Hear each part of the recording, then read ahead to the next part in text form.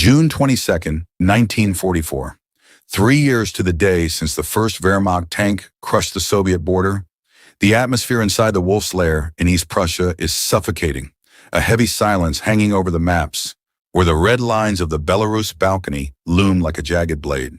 While Berlin respects the tactical elegance of General George Patton in the West, they harbor a primal, unspoken terror for the man rising in the East. Why did Hitler and his seasoned marshals fear this one commander more than the combined weight of the Allied armies? The tension in Hitler's Situation Room at 10 a.m. is a study in psychological contrast. On the Western map table, red arrows mark the advance of General George S. Patton, whose aggressive maneuvers across France draw loud arguments about fuel reserves and panzer repositioning. To the Prussian military elite, Patton is a mirror image, bold, decisive, and arrogant, a rival whose tactics follow the traditional rules of European maneuver. But on the other side of the room at the Eastern map table, there is no shouting, only a terrified, heavy silence. The intelligence officers of Fremde Heer Oost are not looking at a rival. They are tracking a predator who views the war not as a conquest of territory, but as a mathematical exercise in total extermination. German intelligence officers whisper his name like a curse, knowing that wherever Marshal Georgy Zhukov appears, the front line does not just bend, it evaporates. This historical enigma begins with a profound existential question. How did 1.7 million Soviet soldiers and 6,000 tanks remain completely invisible while standing mere miles from the German front?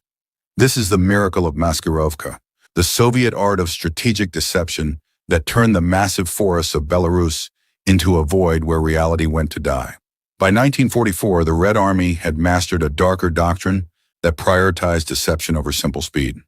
While the German OKH, the high command of the army, convinced themselves that the Red Army was exhausted and capable only of local counterattacks in Ukraine, Zhukov was holed up in a secure bunker, coordinating a strike of such magnitude that it would erase an entire army group in just 14 days.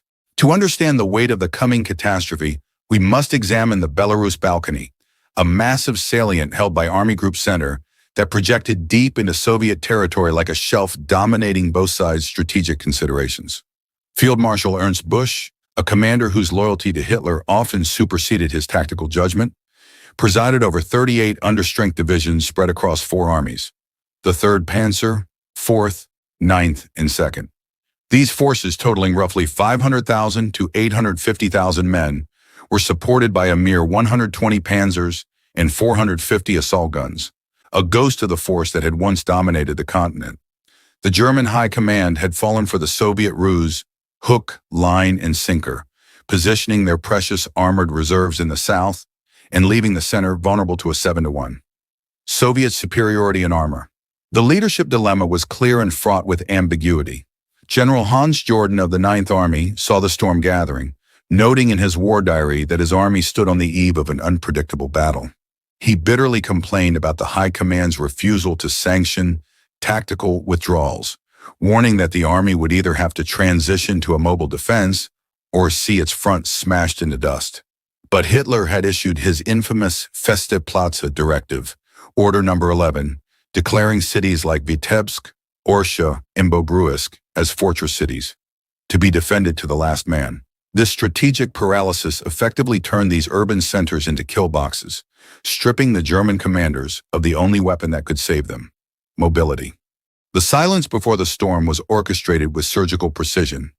Soviet strategic intelligence created a false image of exhaustion, convincing Berlin that the main Soviet blow would fall in Ukraine.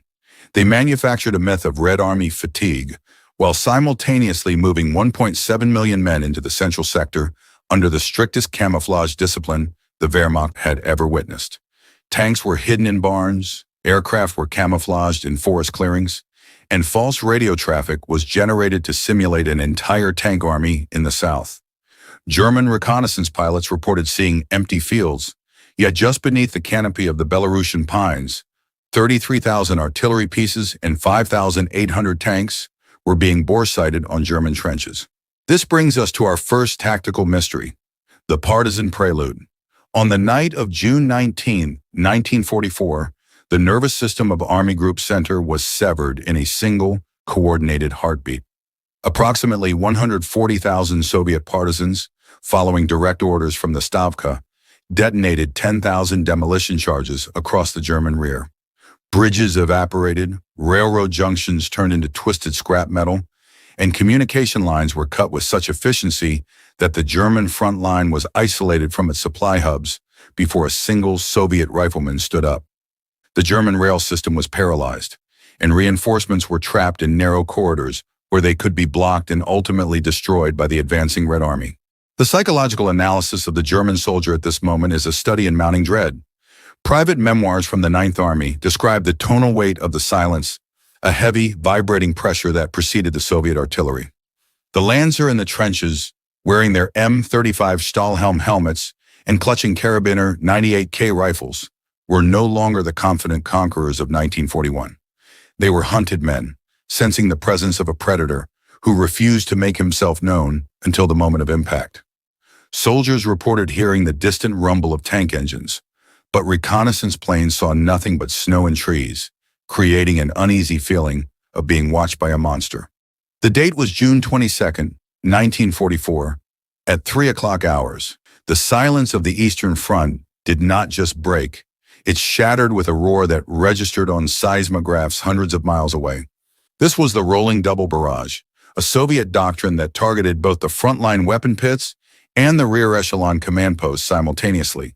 In the breakthrough sectors, Zhukov and Rokossovsky concentrated up to 200 to 300 guns per kilometer. This meant one heavy artillery piece, ranging from 76 millimeters to 203 millimeters calibers, was positioned every 5 meters along the front. By German accounts, the bombardment was more intense and destructive than any seen previously in the war. As the shells rained down, the German defensive positions did not just take casualties, they ceased to exist.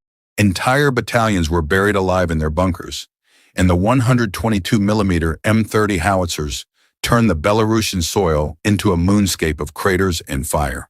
This was not a battle as the West understood it. It was an erasure.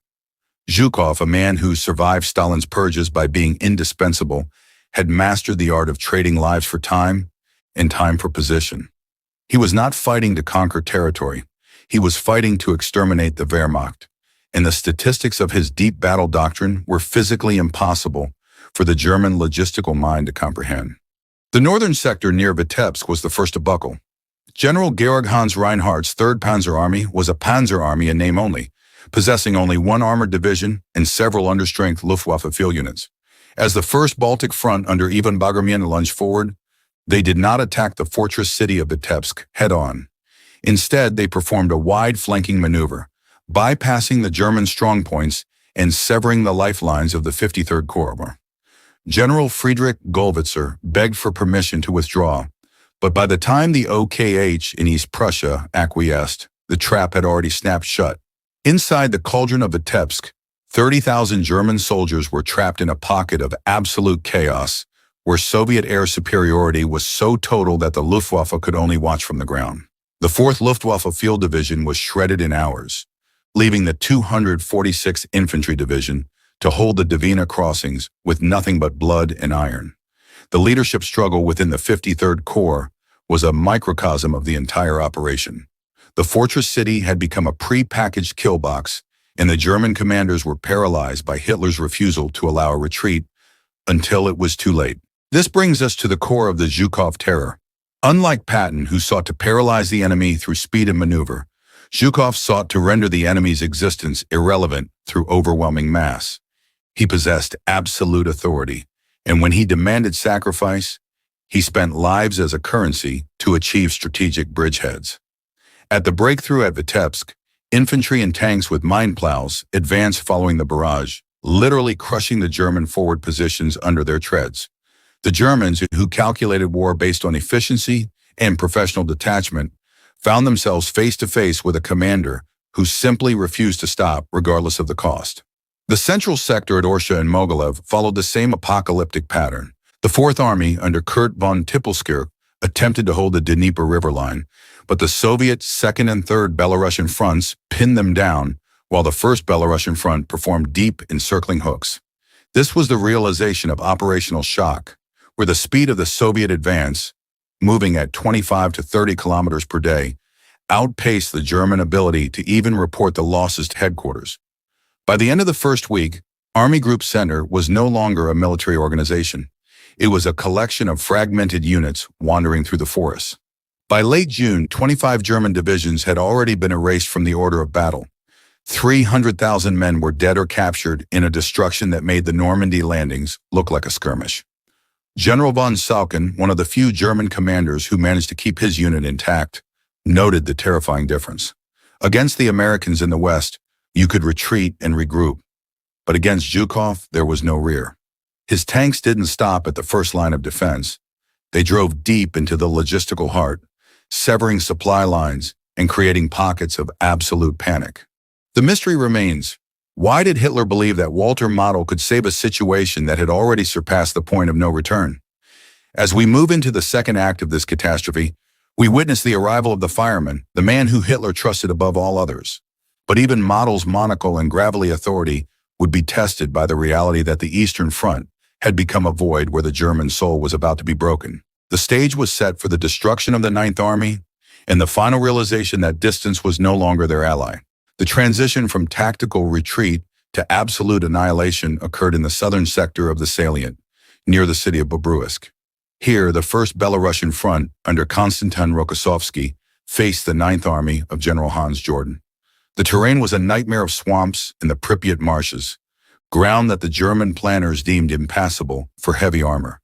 But Zhukov's logistics and engineering defied the laws of military physics. The Red Army began constructing corduroy roads of timber and branches, driving hundreds of T-34 tanks over the bogs in a feat that left the German defenders stunned. This exploitation of impassable terrain was the hallmark of Soviet operational art, catching the Ninth Army in a pincer they never anticipated. As the southern pincer of the Soviet offensive closed, the Ninth Army found itself trapped in the Cauldron of Bobruisk. This was the location of our second leadership dilemma. General Hans Jordan realized that his 35th and 31st Panzer Corps were being led into a slaughterhouse. He desperately ordered the 20th Panzer Division to counterattack, but the orders were so confused and the Soviet airstrikes so relentless that the armored reserves were caught in the open and neutralized before they could coordinate their fire. By June 27th, the two German corps were encircled in a pocket east of Bobruisk under constant aerial bombardment from the 16th Air Army.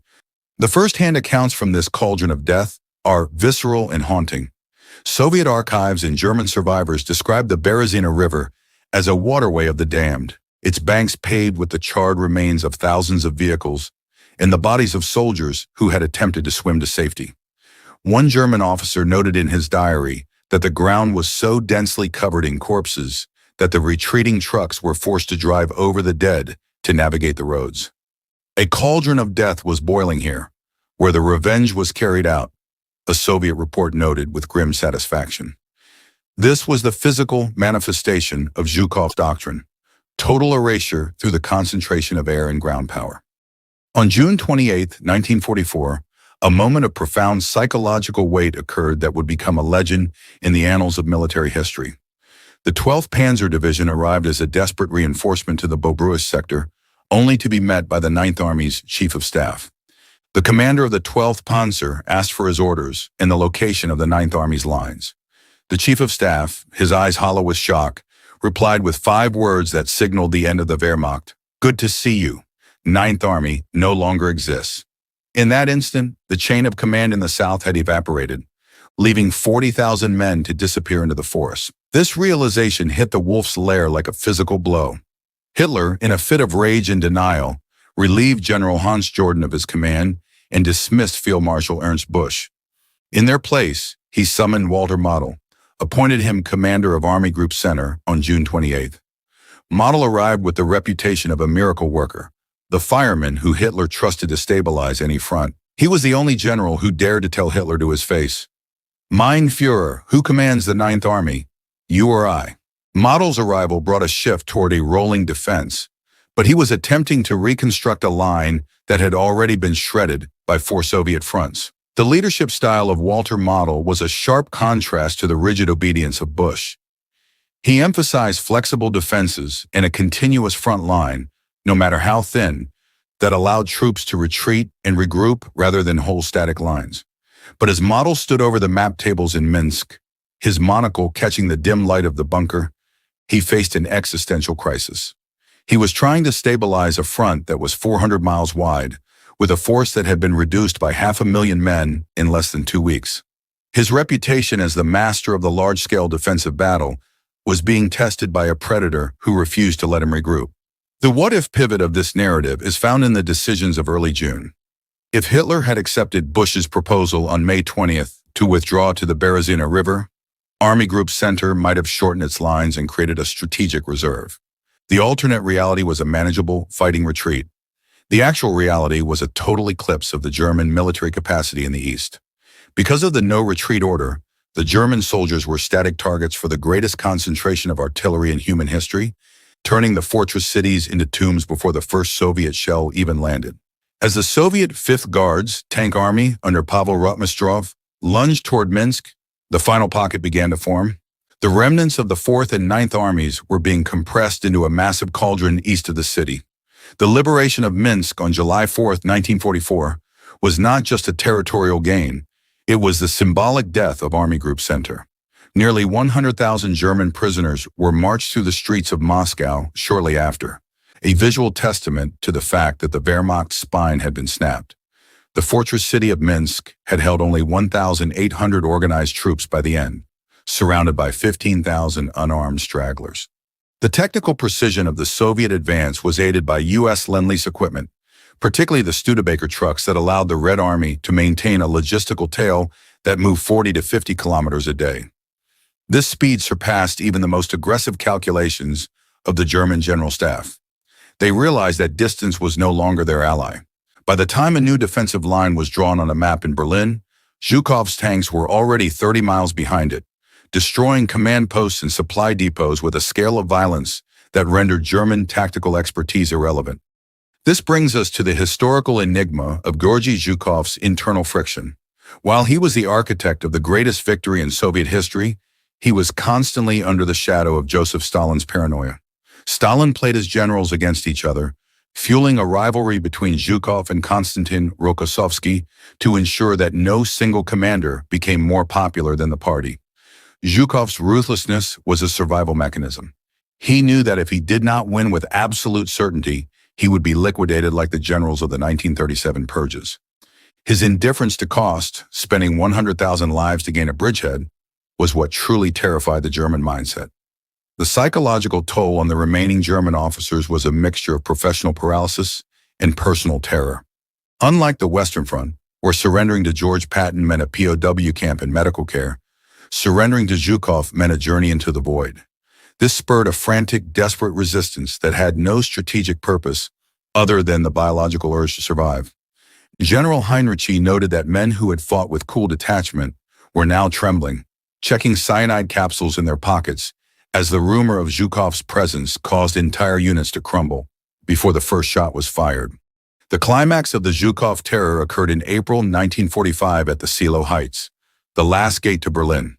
Zhukov, under pressure from Stalin to take the city before the Western Allies, unleashed a bombardment that surpassed all history. He used 140 searchlights to blind the German defenders, a psychological terror tactic that turned the night into a blinding nightmare. The battle was a messy, brutal frontal assault that cost thousands of men, but it broke the final German line. The consequences for Berlin were immediate. The city did not prepare for a siege, but for the end of the world. The geopolitical legacy of Operation Bagration is the world we live in today. The Iron Curtain was drawn exactly where Zhukov's tanks stopped. The speed and violence of his advance meant that the Soviet Union would occupy Eastern Europe for the next 50 years. A reality that Eisenhower and Patton admitted with a shudder of respect. They realized that while they had fought a war of maneuver, Zhukov had fought a war of extinction. The disintegration of the Soviet Union decades later can be traced back to this moment of military supremacy. We conclude with the image of Zhukov in the ruins of Berlin in 1945, but the seeds of that moment were sown in the forests of Belarus in 1944. He had stripped the German high command of their arrogance, their territory, and finally, their hope. History remembers Patton for his pearl-handled revolvers and his speeches, but it remembers Georgy Zhukov for the silence he left in his wake. He was the only Allied commander who looked the Wehrmacht in the eye and made it blink, proving that in the brutal calculus of total war, the most terrifying weapon is a commander who simply refuses to stop. The mystery of the Fireman and the Predator remains a subject of intense study for military historians. If the winner of a war is the one who refuses to stop, regardless of the cost, then Zhukov was the ultimate weapon. This story from World War II, focusing on Georgy Zhukov and Walter Model, leaves us with one final question. Was the annihilation of Army Group Center an inevitable result of Soviet industrial evolution? Or could a different German leadership strategy have delayed the end of the world? In the brutal calculus of total war, was Zhukov's indifference to casualties a mark of military genius or a fundamental failure of humanity? Let us know your thoughts in the comments below, and don't forget to subscribe and hit the notification bell.